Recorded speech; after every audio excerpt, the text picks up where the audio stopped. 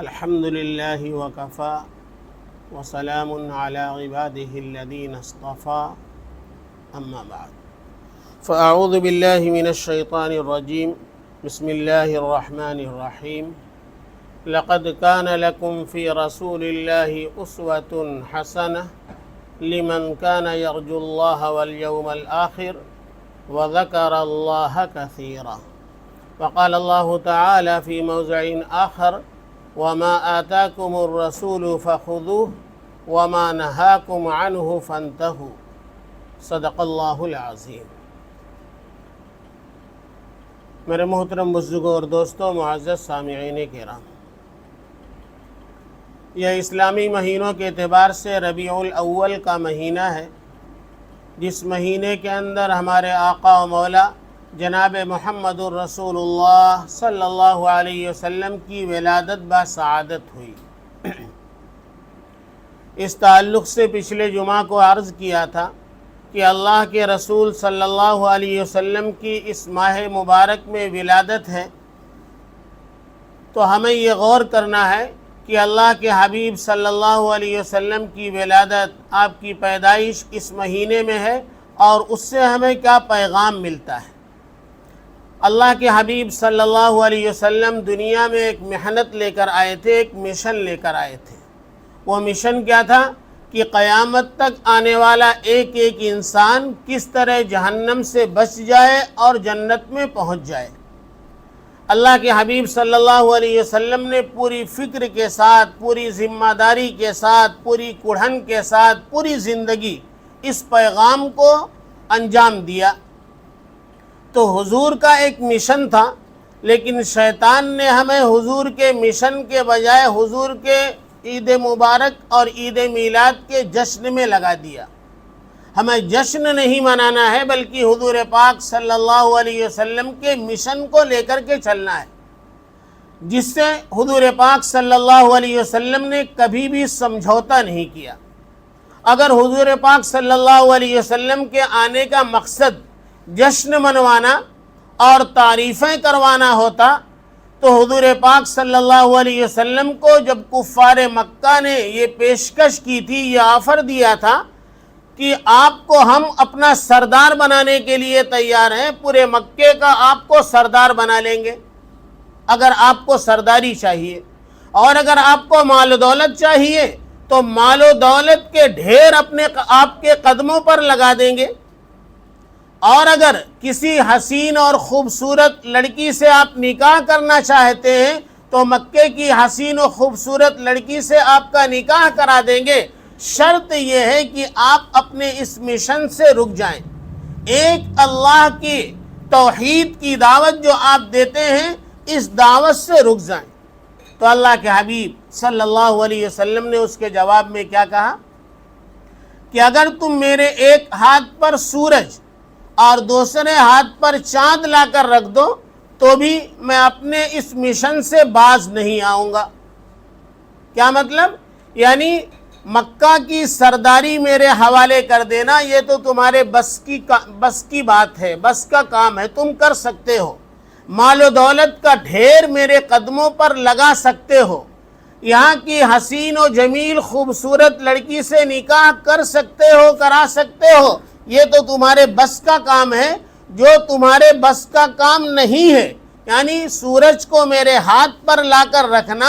چاند کو میرے ہاتھ پر لا کر رکھنا، یہ تو تمہارے بس سے باہر کا کام ہے۔ اگر تم بالفرض یہ بھی کر ڈالو تو بھی میں اپنے اس مشن سے اور اپنی اس محنت سے، اپنے اس کام سے باز نہیں آؤں گا۔ اس سے پتہ یہ چلا حضور پاک صلی اللہ علیہ وسلم اپنا جشن منوانے کے لیے، اپنی تعریفیں کروانے کے لیے نہیں آئے تھے، بلکہ حضور پاک صلی اللہ علیہ وسلم تو ایک کام اور ایک مشن لے کر آئے تھے۔ صحابہ نے جب اس کام کو، اس مشن کو اپنایا تو اللہ رب العزت کو صحابہ کی یہ ادا، صحابہ کا یہ عمل، صحابہ کا یہ کام اتنا پسند آیا کہ اللہ رب العزت نے قرآن پاک میں ان کے بارے میں اعلان کر دیا، رضی اللہ عنہم ورضوا عنہ، اللہ ان سے راضی ہو گیا اور وہ اللہ سے راضی ہو گئے۔ صحابہ کو اللہ کی رضا کا پروانہ اور اللہ کی رضا کی سرٹیفکیٹ جو حاصل کی صحابہ نے، وہ کس بنیاد پر؟ اللہ کے حبیب صلی اللہ علیہ وسلم کا مکمل اتباع کر کے۔ لہذا قیامت تک کے لیے اللہ نے یہ قانون اور ضابطہ بتا دیا کہ جو اللہ کے حبیب صلی اللہ علیہ وسلم کو اپنی زندگی میں نمونہ بنائے گا، حضور پاک صلی اللہ علیہ وسلم کے بتائے ہوئے طریقے پر اپنی زندگی گزارے گا، اللہ رب العزت اس کو دنیا میں بھی کامیاب کریں گے اور آخرت میں بھی کامیاب کریں گے۔ یہ بات صحابہ کے دل میں اتر گئی تو صحابہ کے لیے حضور پاک صلی اللہ علیہ وسلم کا اتباع کرنا آسان ہو گیا۔ ایک مرتبہ اللہ کے حبیب صلی اللہ علیہ وسلم مسجد نبوی میں واعظ و نصیحت کر رہے ہیں، اور اس دوران اللہ کے حبیب صلی اللہ علیہ وسلم نے دیکھا کہ لوگ بیٹھ کر خاموشی کے ساتھ سن رہے ہیں، دھیان و توجہ کے ساتھ، لیکن کچھ ایسے بھی ہیں جو کناروں پر کھڑے ہیں۔ آپ نے دیکھا ہوگا کہیں بھی کوئی جلسہ ہو، کوئی پروگرام ہو، تو کچھ لوگ تو وہ ہوتے ہیں جو بیٹھتے ہیں اور کہنے والے کی بات کو دھیان و توجہ کے ساتھ کان لگا کر سنتے ہیں اور بالکل یکسوئی کے ساتھ سنتے ہیں، اور بعض وہ ہوتے ہیں جو کناروں پر کھڑے ہوتے ہیں، آدھا سن رہے ہوتے ہیں اور آدھی توجہ ان کی کسی اور طرف ہوتی ہے۔ یہ مجلس کے ادب کے خلاف ہے۔ جسے سننا ہے وہ بیٹھ کر کے سنے، اور جسے نہیں سننا ہے وہ اپنا راستہ لے چلا جائے۔ تو اللہ کے حبیب صلی اللہ علیہ وسلم نے جو لوگ کناروں پر کھڑے تھے ان سے کہا اجلسو، بیٹھ جاؤ۔ اللہ کے حبیب صلی اللہ علیہ وسلم نے جب یہ کہا کہ بیٹھ جاؤ، اس موقع پر حضرت عبداللہ ابن مسعود رضی اللہ تعالیٰ عنہ وہ مسجد نبوی کی طرف آ رہے تھے، ابھی مسجد کے باہر راستے پر تھے۔ ان کے کان میں یہ آواز پڑ گئی کہ اللہ کے رسول صلی اللہ علیہ وسلم نے بیٹھنے کا حکم دے دیا ہے۔ تو حضرت عبداللہ ابن مسعود رضی اللہ تعالیٰ عنہ جہاں پہنچے تھے وہیں راستے پر بیٹھ گئے۔ نماز کے بعد، خطبے کے بعد، جب حضرت عبداللہ ابن مسعود رضی اللہ تعالیٰ عنہ کی حضور پاک صلی اللہ علیہ وسلم سے ملاقات ہوئی تو اللہ کے حبیب صلی اللہ علیہ وسلم نے کہا کہ عبداللہ، میں نے تو تمہیں راستے پر بیٹھنے کے لیے نہیں کہا تھا، میں نے تو ان لوگوں کو بیٹھنے کے لیے کہا تھا جو مجلس میں کنارے پر کھڑے تھے، انہیں بیٹھنا تھا، اور تم راستے پر بیٹھ گئے۔ تو حضرت عبداللہ بن مسعود رضی اللہ تعالیٰ عنہ نے اتنا بہترین جواب دیا ہے، ورنہ تو معلوم ہوتا ہے کہ نعوذ باللہ بیوقوف تھے، سمجھا ہی نہیں انہوں نے کہ کس کو بیٹھنے کے لیے کہا جا رہا ہے، کہاں بیٹھنے کے لیے کہا جا رہا ہے، اور کون بیٹھ رہا ہے اور کہاں بیٹھ جا رہا ہے۔ لیکن ان کا جواب سنیے کہ حضرت عبداللہ بن مسعود رضی اللہ تعالیٰ عنہ نے کہا، اے اللہ کے رسول، جب اللہ کے رسول کی بات میرے کان میں پڑ گئی کہ بیٹھ جاؤ، تو اب عبداللہ کی مجال نہیں تھی کہ ایک قدم آگے بڑھا دے۔ فوراً اللہ کے رسول صلی اللہ علیہ وسلم کا حکم کا اتباع، آپ کے ارشاد کو پورا کر دینا، یہ عبداللہ کی ذمہ داری تھی۔ مجال نہیں تھی کہ اب سننے کے بعد ایک قدم آگے بڑھائیں، اس لیے میں جہاں تھا، جہاں پر یہ بات سنی تھی، وہیں پر میں نے بیٹھ کر آپ کے حکم کی تعمیل کر دی۔ اس طرح صحابہ کے اندر حضور پاک صلی اللہ علیہ وسلم کی ایک ایک ادا اور ایک ایک سنت، ایک ایک عمل کو اپنی زندگی میں لانے اور حضور پاک صلی اللہ علیہ وسلم کی منشا پورا کرنے کا اس طریقے کا جذبہ کوٹ کوٹ کر ان کے اندر بھرا تھا۔ جنگ کا میدان ہے، اللہ کے حبیب صلی اللہ علیہ وسلم کی طرف دشمنوں کی طرف سے تیر آ رہا ہے۔ ایک صحابی ہیں حضرت ابو دجانہ رضی اللہ تعالیٰ عنہ، انہوں نے دیکھا کہ اللہ کے حبیب صلی اللہ علیہ وسلم کی طرف دشمن کا تیر آ رہا ہے، اب حضور پاک صلی اللہ علیہ وسلم کی حفاظت کرنا، بچانا، یہ ہماری ذمہ داری ہے۔ تو چاہا کہ اللہ کے حبیب صلی اللہ علیہ وسلم کے سامنے کھڑے ہو جائیں اور دشمنوں کا تیر اپنے سینے پر لے لیں، لیکن فوراً ان کے دل کے اندر یہ بات آئی کہ اگر میں دشمن کا تیر اپنے سینے پر لیتا ہوں تو میری پشت، میری پیٹھ اللہ کے حبیب صلی اللہ علیہ وسلم کی طرف ہو جائے گی، اور یہ حضور کی شان کے خلاف ہے۔ اس لیے حضرت ابو دجانہ رضی اللہ تعالی عنہ نے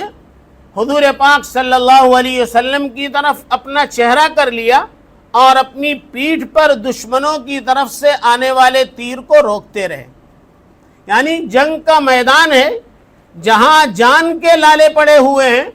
کہ کس وقت کیا ہو جائے، لیکن اس موقع پر بھی اللہ کے رسول صلی اللہ علیہ وسلم کی نافرمانی کرنا، بات نہ ماننا، یہ تو بہت دور کی بات ہے جس کا تصور نہیں کیا جا سکتا ہے۔ اس موقع پر بھی، میدان جنگ میں بھی، حضور پاک صلی اللہ علیہ وسلم کی شان میں ذرا سی گستاخی ہو جائے، آپ کی طرف میری پشت اور پیٹھ ہو جائے، صحابہ کو یہ بھی منظور نہیں تھا۔ اس درجے اللہ کے رسول صلی اللہ علیہ وسلم کے احکام پر اتباع کا جذبہ ان کے دلوں کے اندر اللہ رب العزت نے اس طریقے سے راسخ کیا تھا اور بیٹھایا تھا۔ حضرت عمر رضی اللہ تعالیٰ عنہ نے ایک مرتبہ مدینے سے بہت دور، مسجد نبوی سے بہت دور مکان لے لیا۔ اب چونکہ مکان دور ہو گیا، وہاں سے ہر روز حضور پاک صلی اللہ علیہ وسلم کی خدمت میں آنا اور حضور کی باتوں کو سننا، یاد کرنا، یہ مشکل ہو گیا۔ تو انہوں نے سوچا کہ کچھ طریقہ ایسا نکالیں کہ حضور پاک صلی اللہ علیہ وسلم کی باتوں کو بھی سنتے رہیں، کوئی بات چھوٹنے نہ پائے، اور اپنے گھر کے کام، اپنی ذمہ داریاں بھی دیکھتے رہیں۔ تو انہوں نے یہ ترکیب سوچی کہ اپنے ایک پڑوسی کو دیکھا کہ جو اللہ کے حبیب صلی اللہ علیہ وسلم کی مجلس میں وہ بھی آتا جاتا ہے۔ اس سے یہ معاہدہ کیا کہ دیکھو، اگر ہم لوگ ہر روز حضور کی خدمت میں رہیں گے تو ہمارے گھر کے کام، دوسری ذمہ داریاں رہ جائیں گی، اور اگر ہر روز نہیں جائیں گے تو جس دن نہیں جائیں گے اس دن اللہ کے حبیب صلی اللہ علیہ وسلم نے کیا فرمایا، کیا بتایا، کیا سکھایا، ہمیں پتہ نہیں چلے گا۔ اس لیے ایک کام کرتے ہیں، ہم اور تم مل کے باری لگا لیتے ہیں، ایک دن تم جاؤ اور پورا دن اللہ کے حبیب صلی اللہ علیہ وسلم کی مجلس میں رہو، جو کچھ حضور ارشاد فرمائے سنو، اور شام کو آ کر مجھے بتا دو، اور دوسرے دن میں صبح چلا جاؤں اور پورا دن حضور کی خدمت میں رہوں، اور حضور پاک صلی اللہ علیہ وسلم جو کچھ بتائیں، جو کچھ سکھائیں، میں ان کو یاد کروں، محفوظ کروں، اور آ کر شام کو تمہیں بتا دیا کروں۔ ایسا کرنے سے حضور پاک صلی اللہ علیہ وسلم کا ایک ارشاد بھی باقی نہیں رہے گا جو ہمیں پتہ نہ ہو، جس کو ہم نے سنا نہ ہو، سیکھا نہ ہو۔ اس طرح حضور پاک صلی اللہ علیہ وسلم کی ایک ایک بات کس طریقے سے سن لیں، کس طریقے سے سیکھ لیں، کس طریقے سے عملی زندگی میں ان کے داخل ہو جائے، یہ فکر ایک صحابی نہیں بلکہ تمام صحابہ کے اندر یہ فکر بھری ہوئی تھی۔ حضرت عثمان غنی رضی اللہ تعالیٰ عنہ، ایک مرتبہ ان کو مسلمانوں کی طرف سے کفار مکہ کے پاس قاصد بنا کر بھیجا گیا کہ آپ جاؤ اور ہماری طرف سے یہ پیغام کفار مکہ کو پہنچانا۔ حضرت عثمان غنی رضی اللہ تعالیٰ عنہ مکہ میں پہنچے تو شام ہو گئی، اس لیے اپنے چچا زاد بھائی کے گھر قیام کر لیا کہ رات بھر ٹھہرتے ہیں اور صبح سرداران مکہ سے ملاقات کریں گے۔ رات کو ٹھہرے، وہاں قیام کیا، اور صبح جب سرداروں کے پاس جانے کا وقت ہوا اور نکلنے لگے تو ان کے چچا زاد بھائی نے کہا کہ عثمان میری ایک بات سنو کہ یہ مکہ ہے، یہاں کا دستور یہ ہے کہ جو آدمی جتنا بڑا ہوتا ہے، جتنا معزز ہوتا ہے، اس کا کپڑا اتنا بڑا ہوتا ہے، اتنا لٹک رہا ہوتا ہے، اتنا گھسٹ رہا ہوتا ہے، اور تمہارا کپڑا یہ تو ٹخنے تک بھی نہیں بلکہ اس کے اوپر آدھی پنڈلی تک، نصف ساق تک ہے۔ تمہارا یہ کپڑا جب دیکھیں گے تو لوگ ہنسیں گے، مذاق اڑائیں گے، اور تمہاری کوئی اہمیت ان کے دل میں نہیں ہوگی، اور جب تمہاری ہی نہیں اہمیت ان کے دل میں ہوگی تو تمہاری بات کو دھیان و توجہ سے سنیں گے نہیں۔ اس لیے ایک کام کرو، اپنا کپڑا ذرا نیچے کر لو، اپنا کپڑا ان کے جیسا کر لو نہیں، اپنا کپڑا ذرا نیچے کر لو، اور شران جس کی گنجائش ہے، کوئی قباحت نہیں۔ اس معاملے میں اللہ کے رسول صلی اللہ علیہ وسلم نے جو طریقہ بتایا ہے وہ مرد کے لیے ٹخنے سے اوپر تک کپڑا پہننا یہ ضروری ہے، ٹخنا ڈھک جائے یہ گناہ ہے۔ فرمایا وَيْلٌ لِّلْأَعْقَابِ مِنَ النَّارِ، ٹخنے کا جو حصہ چھپا ہوا ڈھکا ہوا ہے وہ جہنم میں جلنے کا مستحق ہے۔ بہت ساری وعیدیں اس معاملے میں ہیں۔ تو اللہ کے حبیب صلی اللہ علیہ وسلم نے مردوں کو ٹخنے سے نیچے کپڑا پہننے سے منع کیا ہے۔ مرد کا کپڑا نیچے پائجامہ، پینٹ، لنگی جو بھی ہو وہ ٹخنے سے اوپر ہونا چاہیے۔ یہ تو حضور نے ہم لوگوں کے لیے بتایا، لیکن حضور پاک صلی اللہ علیہ وسلم کا خود کا عمل کیا تھا کہ آپ نصف ساق یعنی آدھی پنڈلی تک پہنتے تھے۔ تو آدھی پنڈلی تک پہننا یہ اصل سنت ہے، لیکن گنجائش ٹخنے تک پہننے کی ہے۔ تو وہ آدھی پنڈلی تک پہنے ہوئے تھے، گنجائش تھی کہ اپنے کپڑے کو اور نیچا کر کے ٹخنے تک کر لیں، کوئی قباحت نہیں، کوئی گناہ نہیں۔ لیکن جب ان کے چچا زاد بھائی نے کہا کہ اپنا کپڑا نیچے کر لو تاکہ ان کے دلوں میں تمہاری حقارت، تمہاری ذلت نہ آئے، تمہاری اہمیت کچھ پیدا ہو، تمہاری بات کو دھیان و توجہ سے سنیں، تو اس موقع پر حضرت عثمان غنی رضی اللہ تعالیٰ عنہ نے کیا فرمایا؟ لا ہاکذا ازار صاحبنا صلی اللہ علیہ وسلم، فرمایا نہیں ایسا نہیں ہو سکتا ہے، اس لیے کہ ہمارے نبی جناب محمد الرسول اللہ صلی اللہ علیہ وسلم کا لباس یہیں تک ہوتا ہے۔ آپ چونکہ نصف ساق آدھی پنڈلی تک پہنتے ہیں، اس لیے میں اپنے کپڑے کو اس سے نیچے نہیں کر سکتا، چاہے ان کی نگاہ میں میری عزت ہو چاہے بے عزتی ہو، چاہے میری کوئی اہمیت اور ویلو ان کی نگاہ میں ہو چاہے نہ ہو، لیکن حضور پاک صلی اللہ علیہ وسلم کا جو طریقہ میں نے اپنی نظروں سے دیکھا ہے اس کے خلاف نہیں کر سکتا۔ ہمارے زمانے کے لوگ ہوتے تو کہتے مولانا آپ کو نہیں معلوم ہے، اس وقت کی حکمت یہی ہے، مصلحت یہی ہے۔ آج تو لوگوں نے حکمت اور مصلحت کا گیٹ اتنا چوڑا کر دیا ہے، اگر اس میں سے ہاتھی بھی گزر جائے تو نہ اوپر ٹچ ہو، نہ دائیں ٹچ ہو، نہ بائیں ٹچ ہو۔ اتنا بڑا حکمت کا دروازہ ہمارے پاس ہے،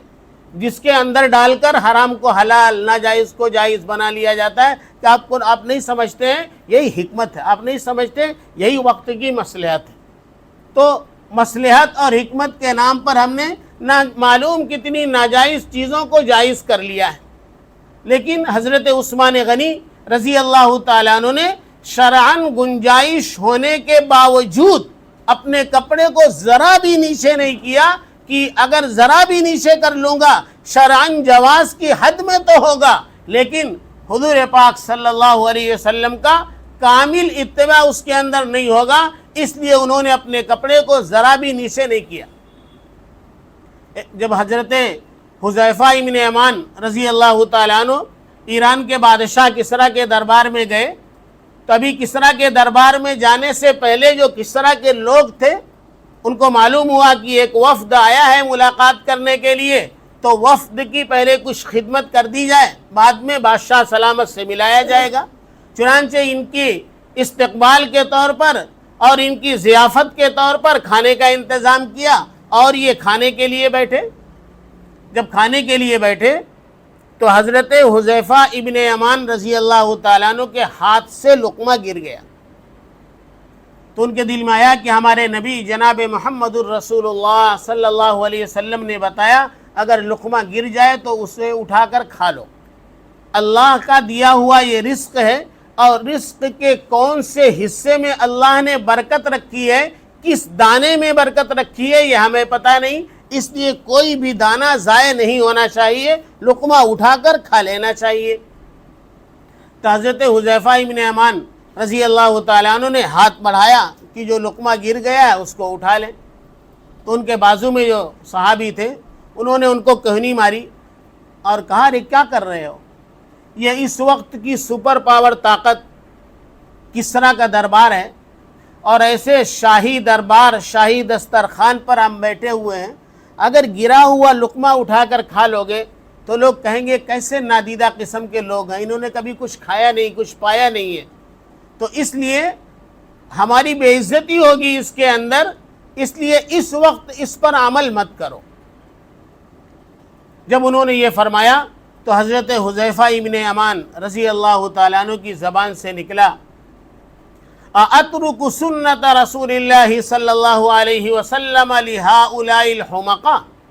انہوں نے کہا ان بیوقوفوں کی وجہ سے میں اللہ کے حبیب صلی اللہ علیہ وسلم کی سنت کو چھوڑ دوں؟ ارے یہ بیوقوف ہیں، یہ چاہے ہم کو عقل مند سمجھیں چاہے ہم کو بیوقوف سمجھیں، ان کی عقل مندی کے سرٹیفکیٹ دینے سے کوئی فائدہ نہیں ہوگا، اور ہمیں بیوقوف قرار دے دیں گے تو ان کو بیوقوف کہنے سے ہماری ذات میں کوئی فرق نہیں پڑے گا، لیکن اللہ کے حبیب صلی اللہ علیہ وسلم کی سنت چھوٹ جائے گی تو دنیا اور آخرت کا خسارہ اور نقصان ہو جائے گا۔ اس لیے فرمایا کہ ان بیوقوفوں کی وجہ سے میں اپنے حبیب جناب رسول اللہ صلی اللہ علیہ وسلم کی سنت کو نہیں چھوڑ سکتا۔ وہی لوگ جب حضرت حذیفہ ابن یمان اور حضرت ربیعی ابن عامر رضی اللہ تعالیٰ عنہ جب یہ لوگ گئے کہ اب کسریٰ بادشاہ کے دربار میں داخل ہو، اس کے گیٹ پر جب پہنچے ہیں تو دربان نے دیکھا کہ ان کی حالت، چونکہ سفر کر کے آئے تھے، سفر سے آنے پر عام طور سے کپڑے وغیرہ گندے ہو جاتے ہیں، تو کپڑے کچھ میلے ہو گئے تھے، تو دربان نے کہا تم بادشاہ کے دربار میں جا رہے ہو، تمہیں معلوم یہ کس کا دربار ہے؟ یہ کسریٰ کا دربار ہے کہ دنیا میں اس وقت اس کے ٹکر کا، اس کے مقابل کا کوئی ہے نہیں، تم ایسے بادشاہ کے دربار میں ایسے گندے میلے کپڑے پہن کر جاؤ گے؟ نہیں جا سکتے ہو، اگر جانا ہے تو ہم تمہیں صاف ستھرا جبہ دیتے ہیں، اس کو پہن لو اور جاؤ۔ تو حضرت ربیع بن عامر رضی اللہ تعالیٰ عنہ نے کہا کہ ہم چونکہ خود سے تو آئے نہیں ہیں، ہم تو بلائے گئے ہیں بات کرنے کے لیے، اس لیے ہم جائیں گے تو اپنے کپڑوں میں جائیں گے، مانگا ہوا کپڑا پہن کر نہیں جائیں گے، اگر اسی کپڑے میں جانا منظور ہے تو ٹھیک، ورنہ ہم واپس چلے جائیں گے۔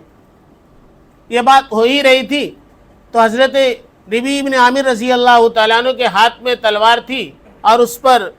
کپڑے لپیٹے ہوئے تھے، چیتھڑے کپڑے کے قطرن لپیٹے ہوئے تھے، اس کو ذرا ٹھیک کرنے لگے۔ دربان دیکھا اور ہنسا کہ جگہ جگہ سے تلوار ٹوٹی ہے، اس کو چھپانے کے لیے اس پر کپڑا لپیٹے ہوئے ہیں، اس کپڑے کو ٹھیک کر رہے ہیں، تو اس نے ہنس کے کہا کہ یہ ٹوٹی ہوئی تلوار لے کے تم ایران فتح کرنے کے لیے آئے ہو؟ تو حضرت ربیع بن عامر رضی اللہ تعالیٰ عنہ نے فرمایا کہ تم نے تلوار دیکھی ہے، تلوار چلانے والا ہاتھ نہیں دیکھا ہے۔ تو دربان نے کہا ہاتھ بھی دکھا دو۔ تو حضرت ربیع بن عامر رضی اللہ تعالیٰ عنہ نے فرمایا کہ ایک کام کرو، تمہارے پاس تلوار کی مار روکنے والی جو سب سے مضبوط ڈھال ہو وہ منگاؤ۔ تو کسریٰ کا دربار مضبوط ڈھال منگائی گئی، جس کے بارے میں لوگوں کا یہ خیال تھا کہ کیسی بھی تلوار ہو اس پر حملہ کیا جائے تو ذرا بھی فرق نہیں آئے گا۔ جب وہ ڈھال منگائی گئی تو حضرت ربیع بن عامر رضی اللہ تعالیٰ عنہ نے کہا کہ اب ایک آدمی اپنے ہاتھ میں یہ ڈھال لے کر کے کھڑا ہو جائے، ایک طرف تو دیکھ رہے ہیں مضبوط ڈھال اور ایک طرف دیکھ رہے ہیں حضرت ربیع بن عامر رضی اللہ تعالیٰ عنہ کو، ایک تو چھوٹے قد کے، دوسرے دبلے پتلے، اور تلوار بھی جو ہاتھ میں ہے وہ ٹوٹی ہوئی، اور سامنے اتنی مضبوط ڈھال۔ حضرت ربیع بن عامر رضی اللہ تعالیٰ عنہ نے جیسے ہی اس ڈھال پر وار کیا، اس کے دو ٹکڑے ہو گئے۔ اب یہ کھڑے دیکھتے رہ گئے کہ یہ کون سی مخلوق آ گئی ہے۔ انہوں نے بادشاہ کے پاس بھیجا کہ بھائی جو نمائندگی کے لیے آئے ہیں وہ تو بڑے عجیب لوگ ہیں، ایک تو اپنا کپڑا رکھ کر ہمارا دیا ہوا صاف ستھرا جبہ پہننے کے لیے تیار نہیں، ٹوٹی ہوئی تلوار لے کر کے آئے ہیں اور اس سے ہماری سب سے مضبوط ڈھال کے دو ٹکڑے کر دیے ہیں۔ بادشاہ نے کہا ٹھیک ہے، جس حال میں آ رہے ہیں اسی حال میں بھیج دو۔ تو حضرت ربیع ابن عامر رضی اللہ تعالیٰ عنہ اور حضرت حذیفہ ابن یمان رضی اللہ تعالیٰ عنہ یہ کسریٰ کے دربار میں پہنچے تو کیا دیکھا، کسریٰ خود کرسی پر بیٹھا ہوا ہے اور لوگ اس کے سامنے کھڑے ہوئے ہیں۔ تو حضرت ربیع بن عامر رضی اللہ تعالیٰ عنہ جیسے پہنچے ویسے کہا کہ ہم غلامان محمد ہیں، ہم محمد صلی اللہ علیہ وسلم کے غلام ہیں، اور ہم محمد صلی اللہ علیہ وسلم کے بتائے ہوئے طریقے پر عمل کرنے والے ہیں، ہمارے نبی کا بتایا ہوا یہ طریقہ تو نہیں کہ ایک آدمی کرسی پر بیٹھا ہو اور اس کے سامنے سارے لوگ مجرم کی طرح کھڑے رہیں اور بات کریں، اس لیے ہم اس طرح بات نہیں کریں گے۔ اگر بات کرنا ہے تو کسریٰ اگر کرسی پر ہے تو ہمارے لیے بھی کرسی کا انتظام کیا جائے، ہم بھی کرسی پر بیٹھیں گے تو بات کریں گے، یا ہمارے ساتھ میں بادشاہ بھی کھڑا ہو جائے پھر کھڑے ہو کر کے بات کریں گے؟ تو بادشاہ نے دیکھا کہ یہ تو ہماری بے عزتی کرنے آ گئے ہیں، اس لیے کسی طرح ان کو یہاں سے ہٹایا جائے۔ تو اس نے کہا کہ جاؤ ایک ٹوکرے میں مٹی بھرو اور لا کر ان کے سر پہ رکھ دو اور جائیں۔ فوراً ایک مٹی سے بھرا ہوا ایک ٹوکرا لایا گیا، حضرت ربیع بن عامر رضی اللہ تعالیٰ عنہ کے حوالے کیا گیا، اور انہوں نے سر پہ لیا اور نکلتے نکلتے کہا کہ کسریٰ اس بات کو سوچ لینا، تم نے اپنے ملک کی مٹی ہمارے حوالے کر دی ہے، یہ کہا اور نکل گئے۔ تو ایرانی قوم ذرا توہم پرست ہوتی ہے، وہمی خیال کے ہوتے ہیں، وہ سوچنے لگا اس جملے کا مطلب کیا ہے۔ تو اس نے کہا کہ واہ واہ، یہ کہہ کے گیا کہ مٹی ہمارے حوالے کی ہے یعنی ملک ہمارے حوالے کر دیا، اب یہ ملک ہمارا ان کے حوالے ہو جائے گا، اس لیے اب کچھ کرنا چاہیے۔ تو اس نے ایک آدمی کو کہا کہ جلدی جاؤ اور وہ جہاں بھی پہنچے ہوں مٹی کا ٹوکرا ان سے لے لو اور لے کر کے آ جاؤ۔ لیکن حضرت ربیع بن عامر رضی اللہ تعالیٰ عنہ مٹی کا ٹوکرا لے کر جانے میں کامیاب ہو گئے، واپس نہیں ہوا، چونکہ اللہ نے ان ٹوٹی تلوار والوں کے ہاتھ میں ایران کی فتح لکھ دی تھی کہ ایران کی فتح ان کے ہاتھ میں ہے، ان کے ذریعے سے اللہ ایران کو فتح کریں گے، اس لیے اللہ رب العزت نے ان کو لے جانے میں کامیاب کر دیا۔ یہ ہے صحابہ کے واقعات کہ حضور کا کیسا اتباع کیا، جس کے نتیجے میں اللہ نے اس مقام کو پہنچا دیا۔ آج ہمیں ہر موقع پہ ڈرے ہوئے ہیں، داڑھی رکھیں گے تو لوگ کیا کہیں گے، کرتا پاجامہ پہنیں گے تو لوگ کیا کہیں گے، سنت پہ عمل کریں گے تو لوگ کیا کہیں گے، اسی میں پریشان زندگی نکل جا رہی، اور اللہ کے دشمنوں کو خوش کرنے کے لیے چہرہ ان کے جیسا بنا لیا، لباس ان کے جیسا بنا لیا، چال ڈھال ان کے جیسی بنا لی، سب کچھ ان کے جیسا بنا کر یہ بتا دیا ہم سچ میں تمہارے غلام ہیں، لیکن وہ اپنی غلامی میں لینے کے لیے تیار نہیں۔ جہاں دیکھو وہاں مار رہے ہیں، کاٹ رہے ہیں، ستا رہے ہیں، پورے دنیا کا حال ہے۔ حضرت مولانا مفتی تقی صاحب عثمانی دامت برکاتہم لکھتے ہیں کہ اس وقت مسلمان کی تعداد پوری دنیا میں جتنی ہے کبھی نہیں اتنی تھی۔ اس وقت مسلمانوں کے پاس جتنا مال ہے اتنا مال کبھی نہیں تھا، لیکن اس وقت مسلمان جتنا ذلیل ہے اتنا ذلیل بھی کبھی نہیں تھا۔ کیوں؟ اس لیے کہ ان کی گود میں چلے جا رہے ہیں، بس کسی طرح ان کی پناہ میں رہیں گے تو ہم سیف رہیں گے، محفوظ رہیں گے۔ وہ اپنی پناہ میں لینے کے بعد ذبح کر رہے ہیں، اور جو سمجھ میں آ رہا وہ کر رہے ہیں۔ پوری دنیا میں مسلمان ذلیل ہو رہا ہے، چونکہ اس نے اللہ کے حکم کو چھوڑ دیا، اللہ کے رسول صلی اللہ علیہ وسلم کا اتباع کرنا چھوڑ دیا۔ جس دن یہ اللہ کے احکام پر آئے گا، اللہ کے حبیب صلی اللہ علیہ وسلم کی اتباع صحیح معنوں میں کرنے والا آئے گا۔ صحابہ نے تلواروں سے، اسباب سے، چیزوں سے جنگیں نہیں جیتی، صحابہ نے اپنے ایمان کی بنیاد پر جنگیں جیتی ہیں اور فتوحات حاصل کی ہیں۔ وہ ایمان پیدا ہو جائے، صحابہ والا اتباع ہمارے اندر پیدا ہو جائے۔ آج بھی وہی اللہ ہے، اسی طاقت کے ساتھ ہے، اسی قوت کے ساتھ میں ہے۔ اللہ آج بھی مسلمانوں کو غالب کرے گا، لیکن شرط یہ ہے کہ ہم صحیح معنوں میں مسلمان ہوں، صحیح معنوں میں حضور پاک صلی اللہ علیہ وسلم کا اتباع کرنے والے ہوں۔ اللہ دنیا میں بھی عزت کی زندگی دیں گے اور مرنے کے بعد ہمیشہ ہمیشہ کی جنت دیں گے۔ اللہ پاک ہم سب کو عمل کی توفیق عطا فرمائے۔